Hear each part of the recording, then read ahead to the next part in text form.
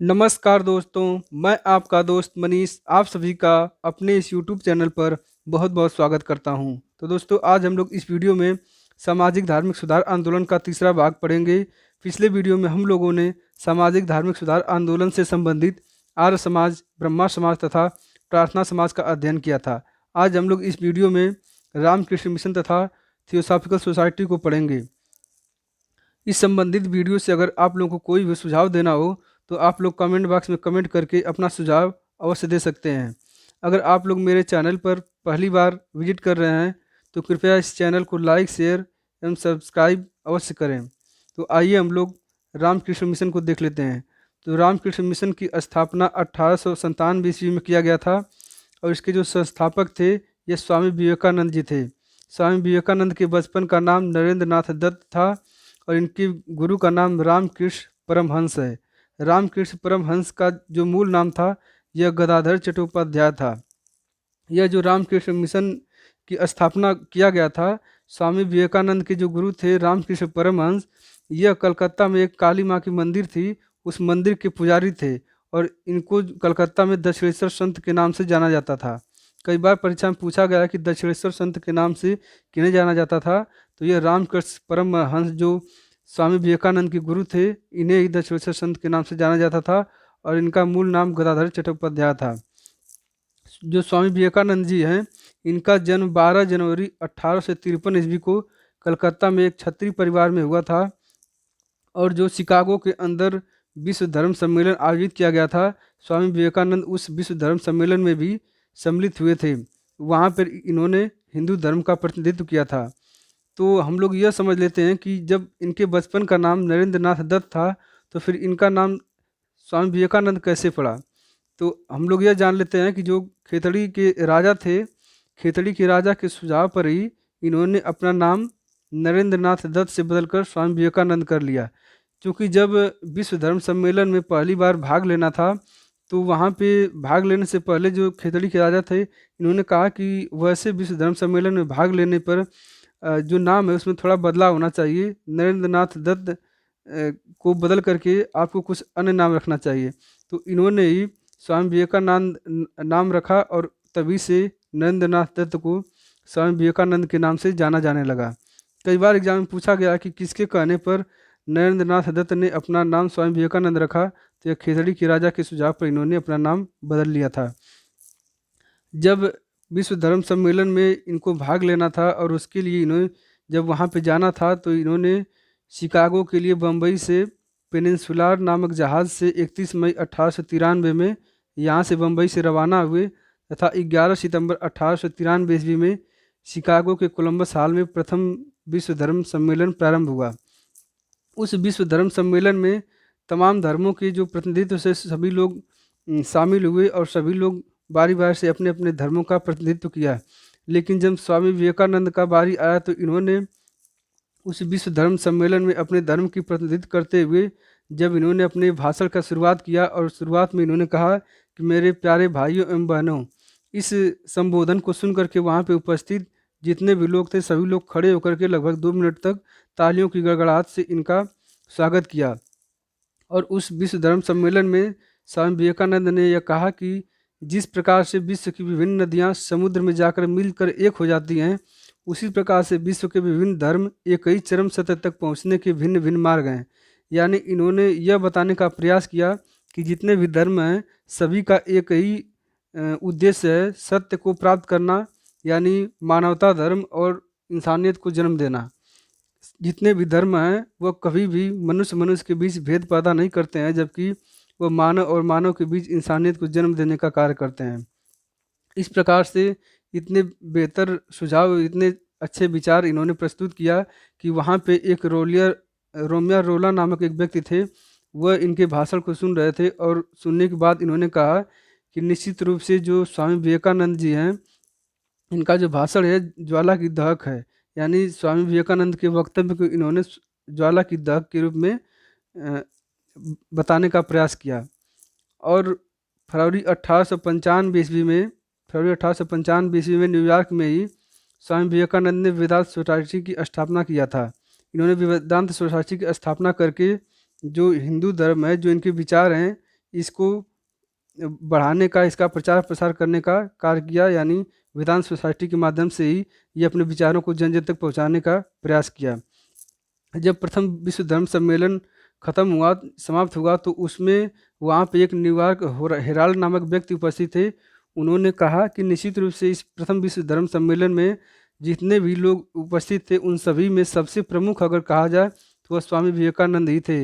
यही सबसे प्रथम और सबसे प्रमुख व्यक्ति हुए, क्योंकि इनके जो विचार थे शायद ही ऐसा विचार किसी का होगा। क्योंकि स्वामी विवेकानंद ने उसमें यह भी कहा कि अगर कोई पढ़ा लिखा व्यक्ति है और वह अपने से जो दरिद्र नारायण है या यानी जो गरीब व्यक्ति हैं उनका सहायता नहीं करता है, उनके दुख दर्द को नहीं बांटता है, तो ऐसे पढ़े लिखे व्यक्ति का पढ़ा लिखा होना व्यर्थ है। तथा उन्होंने यानी जो न्यूयॉर्क हेराल्ड थे, इन्होंने यह भी बताया कि इस तरह के सोच रखने वाले व्यक्ति अगर भारत के अंदर हैं तो भारत के अंदर किसी भी ईसाई मिशनरी को भेजा जाना बेवकूफ़ी भरा कार्य होगा। यानी किसी भी अन्य धर्म को जा करके वहाँ पे प्रचार करना बेवकूफ़ी भरा कार्य होगा, क्योंकि जब इतने बेहतर सोच के व्यक्ति वहाँ पे उपस्थित हैं, वहाँ उस भारत देश में रह रहे हैं, तो जाहिर सी बात है वह उस देश से हम लोगों को कुछ न कुछ सीखना चाहिए। यानी स्वामी विवेकानंद ने भी यह कहा था कि वाद विवाद से एक नया विचार निकलता है, इसलिए सभी धर्म को हमेशा समय समय पर वाद विवाद करना चाहिए और वाद विवाद से एक नए विचार को सामने लाना चाहिए। तमाम ऐसे विचार थे स्वामी विवेकानंद के जिन्होंने विश्व पटल पे भारत को एक नया आयाम देने का कार्य किया था। फिर उसके बाद जब वेदांत सोसाइटी की स्थापना इन्होंने 1895 ईस्वी में किया, तो उसके बाद फिर 1897 ईस्वी में स्वामी विवेकानंद ने अपने गुरु के विचारों को फैलाने के लिए, उनका प्रचार प्रसार करने के लिए कलकत्ता के वेलूर नामक स्थान पर इन्होंने रामकृष्ण मिशन की स्थापना की और रामकृष्ण मिशन की स्थापना करके अपने गुरु के विचारों को जन जन तक पहुंचाने का प्रयास किया। तथा जो रामकृष्ण मिशन था उसके उद्देश्यों को पाने के लिए, उसके उद्देश्यों को पूरा करने के लिए स्वामी विवेकानंद की एक शिष्या थी जिनका नाम था मार्गरेट नोबल। इनको स्वामी विवेकानंद सिस्टर निवेदिता के नाम से भी पुकारते थे।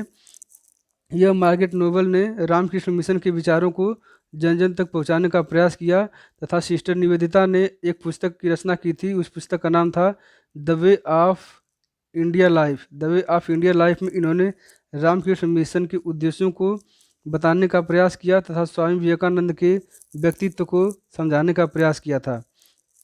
इन्होंने विवेकानंद को अपने इस the way of India life पुस्तक में विवेकानंद को योद्धा सन्यासी कहकर बुलाया था, जबकि जो सुभाष चंद्र बोस जी हैं इन्होंने विवेकानंद को आधुनिक राष्ट्रीय आंदोलन का पिता कहा है। स्वामी विवेकानंद ने युवाओं को प्रेरित करने के लिए उन्होंने कहा कि उठो जगो और तब तक चलते रहो जब तक कि अपने लक्ष्य को न प्राप्त कर लो। स्वामी विवेकानंद का यह वक्तव्य युवाओं को काफ़ी प्रभावित किया। इसी के कारण जो इनका जन्म दिवस है 12 जनवरी को प्रत्येक वर्ष पूरे देश में राष्ट्रीय युवा दिवस के रूप में मनाया जाता है। जो स्वामी विवेकानंद जी हैं इनको 19वीं शताब्दी के नव हिंदू जागरण का संस्थापक भी कहा जाता है और इन्होंने कई पुस्तकों की रचना भी की थी, जैसे राजयोग, कर्मयोग तथा वेदांत फिलॉसफी। ये तमाम पुस्तकें इन्होंने लिखा था। कई बार परीक्षा में पूछा गया है कि जो कर्मयोग है ये किनकी पुस्तक है, तो यह स्वामी विवेकानंद के द्वारा लिखी गई है। और इन्होंने कई पत्रिकाओं को भी प्रकाशित किया, जैसे जो प्रबुद्ध भारत है यह अंग्रेजी भाषा में, जबकि जो उद्बोधन पत्रिका है इसको इन्होंने बंगाली भाषा में प्रकाशित करने का काम किया। स्वामी विवेकानंद ने कहा था कि जो यहाँ का सबसे शोषित एवं पीड़ित वर्ग है, यानी जो गरीब व्यक्ति है, आने वाले समय में यानी जो 21वीं शताब्दी होगी, यहाँ के पीड़ित शोषित अथवा जो दलित वर्ग है उन्हीं का यहाँ पे शासन होगा और इसका शुरुआत जो है चीन एवं अमेरिका से होगा। यह इन्होंने भविष्यवाणी किया था। अब हम लोग थियोसॉफिकल सोसाइटी को देख लेते हैं। जो थियोसॉफिकल सोसाइटी है, इसका यह जो थियोसॉफिकल शब्द है यह दो शब्दों से मिलकर बना है। पहला है थियोस, दूसरा है सोफिया। जो थियोस होता है इसका अर्थ होता है ईश्वर अथवा ब्रह्मा, तथा सोफिया का अर्थ होता है ज्ञान। यानी इन दोनों को मिला करके जो थियोसॉफिया शब्द है इसका अर्थ है ईश्वरीय ज्ञान।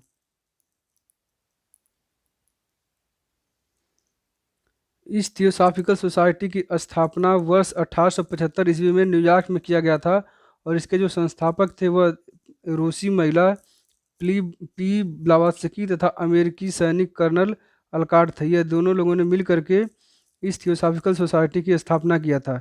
और भारत में इस थियोसॉफिकल सोसाइटी का जो मुख्यालय बनाया गया था यह अड्यार में था, मद्रास के निकट स्थित था।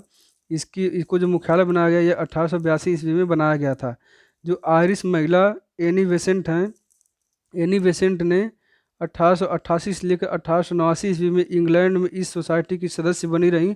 और यह जो एनी बेसेंट थी यह प्रथम विश्व सम्मेलन तथा द्वितीय धर्म सम्मेलन जो आयोजित किया गया था इसमें इन्होंने भाग लिया था और स्वामी विवेकानंद के विचारों को इन्होंने सुना था। तथा नवंबर 1893 ईस्वी में इन्होंने इस थियोसॉफिकल सोसाइटी के प्रचार प्रसार के लिए यह भारत आई थी। और भारत में आकर के एनी बेसेंट ने 1898 ईस्वी में बनारस में सेंट्रल हिंदू स्कूल की स्थापना की, जो वर्तमान में CHS बनारस में स्थित है। CHS जो है, इस CHS की स्थापना 1898 ईस्वी में सेंट्रल हिंदू स्कूल के रूप में एनी बेसेंट ने किया था, जिसे आगे चलकर वर्ष 1916 ईस्वी में मदन मोहन मालवीय ने इस CHS को, इस सेंट्रल हिंदू स्कूल को बनारस हिंदू विश्वविद्यालय में बदल दिया, यानी इसको बनारस हिंदू विश्वविद्यालय के रूप में स्थापित किया। कई बार परीक्षा में पूछा गया कि जो BHU है बनारस हिंदू विश्वविद्यालय, इसकी स्थापना किसने किया था तथा किस सन में किया गया था। तो यह वर्ष 1916 ईस्वी में मदन मोहन मालवीय के द्वारा बनारस हिंदू विश्वविद्यालय की स्थापना किया गया था। जो सेंट्रल हिंदू स्कूल है इसी को BHU के रूप में तब्दील कर दिया गया था। ये जो एनी बेसेंट थी यह कांग्रेस की प्रथम महिला सदस्य थी जिन्होंने कांग्रेस के किसी भी अधिवेशन की अध्यक्षता की थी, यानी एनी बेसेंट कांग्रेस की अध्यक्षता करने वाली प्रथम महिला थी। जो यह थियोसॉफिकल सोसाइटी है, थियोसॉफिकल सोसाइटी का जो उद्देश्य है, जो इसका दर्शन है, यह हिंदू एवं बौद्ध धर्म दोनों से मिलता जुलता है। क्योंकि जो थियोसॉफिकल सोसाइटी है इसमें पुनर्जन्म में विश्वास भी किया गया है, यानी पुनर्जन्म को माना गया है, तथा जो कर्म पे भी विश्वास किया गया है। तो एक तरफ जो पुनर्जन्म है यह हिंदू धर्म को संकेत करता है, उसकी तरफ संकेत करता है, जबकि जो कर्म में विश्वास किया गया है यह बौद्ध धर्म की तरफ संकेत करता है। इस प्रकार से जो थियोसॉफिकल सोसाइटी है यह हिंदू एवं बौद्ध धर्म का सम्मिश्रण है। आयरलैंड के जो होम रूल लीग था आयरलैंड की तरह, उसी की तरह एनी बेसेंट ने भारत में भी होम रूल लीग की स्थापना किया था। यह भी प्रतियोगी परीक्षा में पूछा गया है। तो थियोसॉफिकल सोसाइटी से जितने भी प्रश्न पूछे जाते हैं उन सभी तथ्यों को इस वीडियो में बता दिया गया है। अगर यह वीडियो अच्छा लगा हो तो लाइक शेयर सब्सक्राइब अवश्य करें। बहुत बहुत धन्यवाद।